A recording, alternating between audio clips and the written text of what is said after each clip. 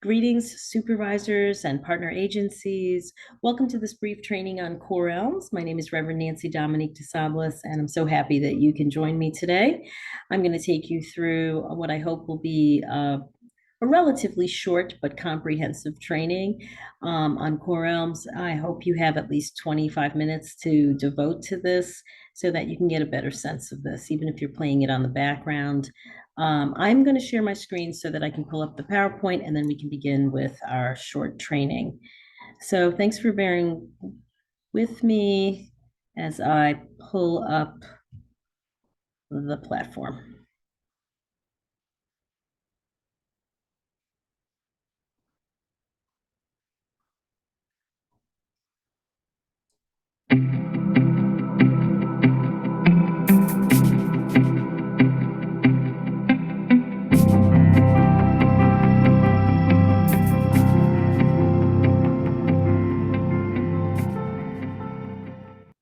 All right, well, welcome and thank you again for joining me during this very brief Core Elms training. Again, my name is Reverend Nancy Dominique DeSablis, and thanks again, supervisors, for hopping on this training session, if you will, designed to just give you the basic familiarity with Core Elms so that at least you could start working with the program on some level.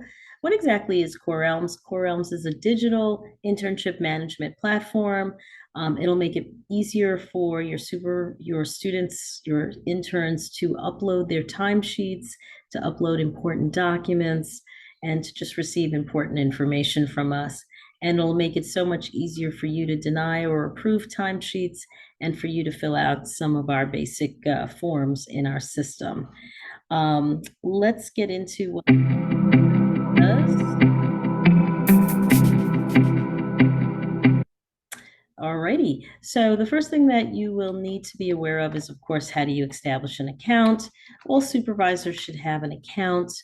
And this is the link that you will need to establish your Core Elms account. We'll send you this link and just bookmark it, save it in your favorites. And of course, if you ever have any difficulties, if you should forget your password or anything like that, you would just let myself or your field associate know. We're also going to have another support person helping out with this, and they'll be able to easily help you get back into the system. What are we going to cover today? Well, we're going to cover a few basic concepts: homepage, rotation schedule, forms, student tracking hours, and evaluation. And we'll show you a little bit so that you can have a sense of how the system works. So the first thing that you should be familiar with is your homepage. This is your essential homepage. You're going to notice there's a black bar on top. It says we're using a sample fictitious person's name here. Her name is Kaylee Test Preceptor. Core Elms tends to use the word preceptor because a lot of nursing programs use Core Elms to manage their nursing internships, and so preceptor is the term used, but basically it all means supervisor. So your name would be here in your title and the name of your organization. And these two screens just allow for a very simple way for you to do a search and find your student or your students. I want to explain to you this term called rotation schedule, because you might see that and you might be a little confused as to what exactly that means. A schedule, all students with internships are assigned a schedule or a rotation schedule, and all it is that it's just basically two things. It's the dates in which your intern is enrolled, the beginning of the semester and the end of the semester. So it's the actual dates that internships can start and the dates that internships end for a given semester. So we're going to be in fall of 2023. So for fall of 2023, internships begin September 11th, they end December 15th, and that's the rotation date. And then the other piece of that is the rotation type, which is simply just the course that your student is taking. Your students are either going to be in Fieldwork and Integrative Seminar 1, which is HSVC 201, or they're going to be in Fieldwork and Integrative Seminar 2, which is HSVC 203. right? They're always in either one of those options. Um, if you're watching this video now, a few of you will have students that are going to be participating in a pilot. We have 8 students that are going to be piloting Core Elms in the fall. And we will be reaching out to those supervisors of those students because you're going to be piloting and working with Core Elms rather quickly. So we're excited about that. And even if you don't have a student that's piloting and not using Core Elms right away, don't worry. I'm happy that you're looking at this because this will still be of interest to you. Okay, let's move on now and talk a little bit about this issue of how you see your students' schedule and forms that need to be filled out. So there are 2 ways to view your student's schedule. You will go to scheduling. So the system, Core Elms is it's fairly intuitive for most people. So obviously on that blue bar to the left, you're going to go to rotation schedule, and then that's how you can see your student's schedule. And you can also access your student's schedule by clicking on the orange horizontal bar on top. Again, you have these fields that allow you to search for your student or students. When they pop up, you will see your student's name. There's a link that says snapshot. When you open up snapshot, you just get a little page that gives you some additional information about your student, such as, what's their email and anything else that's relevant. You'll get a little snapshot view of the student, the year that they're taking the internship and the rotation dates. And again, what class are they in? Are they in HSBC 201 or are they in HSBC 203? You'll notice over here right away, you see 2 buttons in red and they say forms. And this is important because obviously there are forms that you need to fill out with your student. There aren't too many, thankfully, but when a form is due, this button is activated in red and it tells you how many forms are due. In this case, it's saying that for this student, there is 1 form that's due. Red is another way of saying, hey, there's something that needs your attention. Okay, this is, again, we know that forms are important. And by the way, you will receive a field calendar each semester, which lets you know when the forms are actually due. And that's nothing new. We send that out to our supervisors all the time. We'll be continuing to do that, and we'll probably also loading that calendar onto Core Elms. If we go back to the student again, the supervisor knows that there's a form that they need to fill out. Presumably, the student has filled out their section already, and this is prompting the supervisor to fill out their section. So after your student signs and completes the form, you're going to receive an email indicating that directing you to also complete the section of the form that you have to complete as the supervisor. So you're not only going to see that it's red, but you'll get an actual email prompting you to fill out the form. It's going to tell you what form needs to be filled out, and it's going to be very clear, and it's going to come in an email format. So you simply click the link, and then the link will take you to the page where you can begin filling out the form. This tells you, in this case, that Kaylee, the fictitious student, has actually completed her section of the form. That's why it's green. There's a little green button indicating that Kaylee already did her part, but your section says pending, which is where that golden yellow arrow is. And over here, it's just indicating to you that you can fill out your section by clicking open form, okay, which is in red. Red, again, usually always means something needs to be done. So presumably, when you click on open form, it will open up the form for you. This is obviously just a portion of the form. Kaylee has already signed off and did her part. You need to do your part and sign it, and then you would simply click submit. And then you're going to go back and notice that it indicates that you have now completed the form and the student has now completed the form, and everything should turn green. And it should turn green, no more red on the screen, to show you both that both you and the student have completed the forms.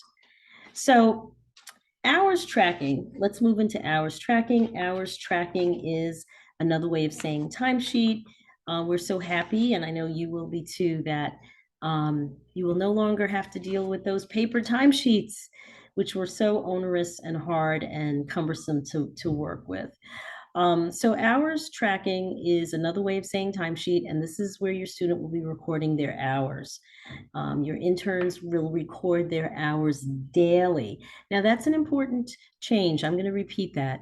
So your interns will be reporting their hours daily. And what that means is that every day that there's the internship and that your student reports for their internship, we will be asking them to fill out their hours tracking for that particular day. So this is designed for them to do a daily upload of their hours. Think of it as like a time clock on a job, a punch clock, if you will. When you come in, you punch in. When you leave, you punch out for the day, right? So it's kind of similar to that. When they can wait and do everything at the end of the day. They don't need to. There's no punch in or punch out. At the end of their shift, they simply log into Core Elms, hit hours tracking, and fill out the hours that they worked for the day. Let's take a look at how that looks like right now. So what you're looking at is you're looking at a student, fictitious student, whose name is Kaylee Test Student. And Kaylee is going to fill out her timesheet. And so this is what your student's timesheet on Core Elms is going to look like. So the first thing that student would have done is they would have gone into their screen, which looks pretty much like your screen. It mirrors your screen. It's got pretty much the same things. And they're going to click on hours tracking. When they click on hours tracking, they're going to be brought to a screen that says enter hours or create a log, and that's where they go here, and that's where this thing pops up right here. So you'll notice there are certain fields that the student is being asked to fill in. They need to fill in their rotation type, which we discussed as being the class that they're taking, and they'll get a drop down, so it's easy. They just pick it, and there'll only be two choices there, right? HSVC 201 or HSVC 203. So they'll just pick the class that they're in. Your name should automatically come up here. As long as we have your name and your contact information, your name should automatically pop up. It should be linked with the intern. And if you're out for any prolonged period of time, the student will also have the option to find and search for a secondary name in the agency, which is typically the task supervisor. So as long as we have your name and a secondary person, then we're good. Now, if anybody should leave the agency, like the supervisor gets a new job or is out on some medical leave, or there's just some switches, it's important for you to tell us that, because this way we can go into the system and update the information with the new supervisors. And this way, when the student tries to fill out a timesheet, they won't have difficulty finding the specific person at the agency that's going to be filling out that timesheet or approving those hours, I should say. Okay, so assuming that's all set, the student will then indicate the day that they did the internship, the start date and the end date. It's basically the day they did the internship. It's just designed this way. There are no overnight internships. So if they start on the 28th of June at 10 o'clock and they end at 2 o'clock, well, obviously the start and the end date are the same and always will be the same, right? It's always the 28th of June. Now, Kaylee started at 9 a.m. She ends at 5 p.m. Now, most of our students will not work such long hours, right? But they could, you never know. You might have a student that works all day, but most of them will not. If your student works 5 or more hours, by law, they have to take a lunch break, and it has to be recorded onto their timesheet, okay? Anything 5 or more hours does require that lunch is taken and lunch is recorded. And the minimum for lunch would be 30 minutes and the maximum would be 60 minutes. And the system will also prompt the student as soon as they put in anything that goes beyond 5 hours. It's going to prompt them to put in time for their lunch break. And then it'll calculate the total hours. It'll eventually deduct the lunch break because lunch break technically doesn't count towards internship time. Now, if your student works less than 5 hours and you simply want to give them a break, a stretch break, that's perfectly okay. That doesn't have to be recorded on Core Elms, okay? So anything less than 5 hours, any little kind of, workplace break that you give them does not have to go into Core Elms. The only other thing that, excuse me, the only other thing that your student will be filling out on the timesheet is there's a checkoff list of the various things they might have done that day, the various tasks and responsibilities. You've probably seen this on the old timesheet that we have. It's going to be the same checkoff list. There'll be a field for the student to add any additional tasks.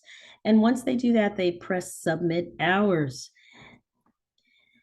Now, after your student has submitted their hours, you're going to receive an email notification that looks very much like this. It'll be an email notification that tells you that your student, over here it says Kaylee test student, but your student has hours that need to be confirmed. It's going to tell you what the hours are. It's going to tell you the hours that have been submitted. And you're going to come over here and you're going to click and you're going to deny or confirm the hours. When you click onto this blue band, it's going to bring you into the Core Elms system. It's going to take you exactly to the page where you need to confirm or deny the hours.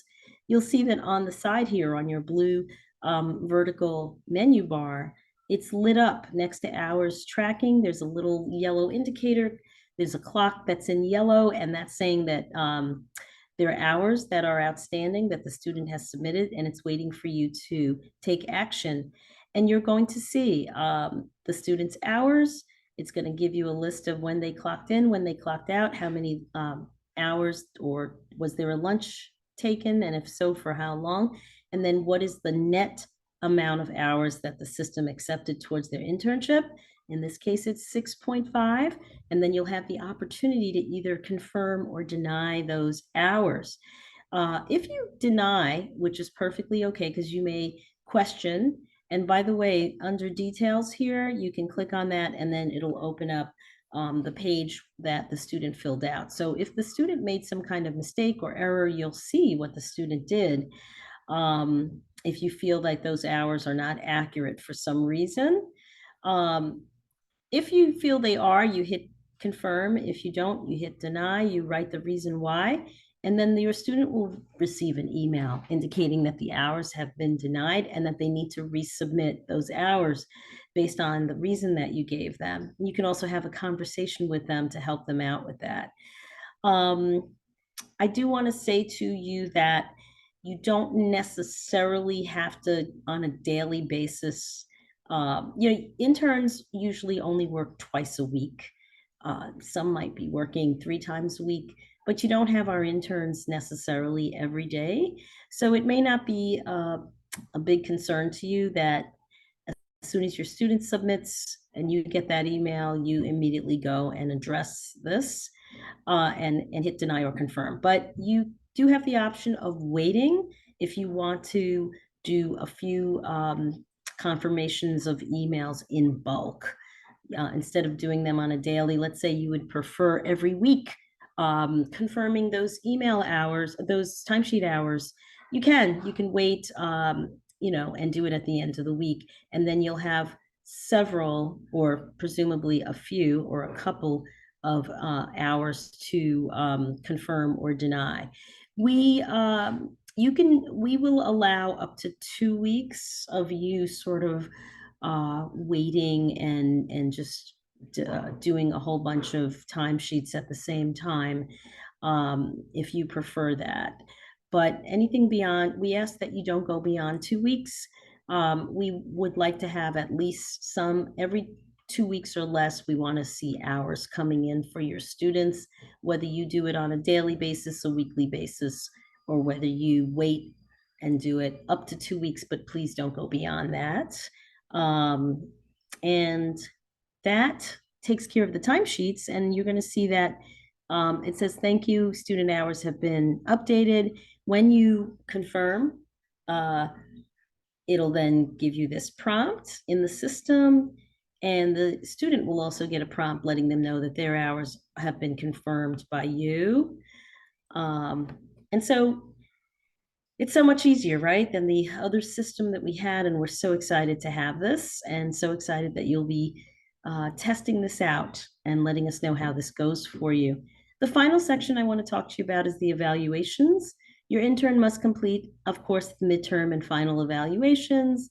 The midterm evaluation will take place within the first 6 weeks of the semester. The final evaluation will take place closer to the completion of the semester. Interns generally have 4 evaluations that they have to fill out. They fill out 2 for fall 1 and 2 for spring 1. So that's 4 evaluations during the year. And the evaluation is also another kind of form that is a shared form. Well, where do you find that? You go to your blue menu bar and you go to evaluation of students. You click on evaluation of students, and then that will, you do a search for your student. Here's a simple search bar, and your student will come up and it'll tell you which evaluations are due. Red means, again, that there's an action that you need to take, that it's waiting for you to fill out a section of the evaluation. Green is telling you that the student, that you already did fill out an evaluation and that no action is needed. So in this case, though, we see that Kaylee test student has a final evaluation that you need to fill out your section on. You click on the red button, and then it's going to open up a page that looks like this that says start the evaluation, right? It tells you information about your student again. The student schedule pops up. You click on start evaluation. And then you will click on the various fields to complete your part of the work. There should be an option to save if you don't do it in one sitting, but it is recommended that you do the evaluation in one sitting, so that you never know, things don't get lost. But these evaluations are typically not very long, so we do recommend you just do them in one shot. So you would be filling out the parts that pertain to you. You will obviously see what the student has done. You're filling out any open fields, you're signing the evaluation, and then you're simply submitting the evaluation. You're clicking the green button to submit the evaluation, and voila, the evaluation should go through. You will get a notice. The student will get a notice.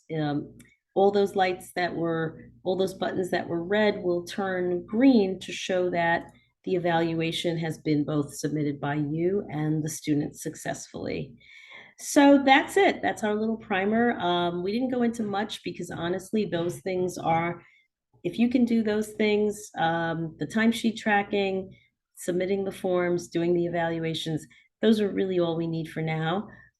As we build the system out, there'll be other things that we'll eventually share with you, and other features that we'll put into this. But for right now, these basic features are great if we can work with this. If you need help, just email me or call me. I am at 646-313-8846, but it's probably best to email me since we still are in a hybrid work situation somewhat, right? We don't know what's going on. Things are changing, conditions are changing. So it's always best to email me, and I will respond to you. Also, remember your field associates can be a source of help, as well as other people that will be assigning to work on this platform. Thank you so much. It's been a pleasure, and I hope to see you soon, and reach out to me if you have any questions or concerns.